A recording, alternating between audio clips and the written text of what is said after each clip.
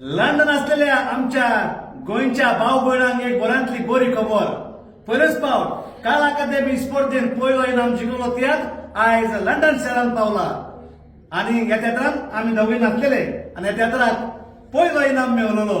Tiatr Araujo हो एक वरांतलो बरो डायरेक्टर.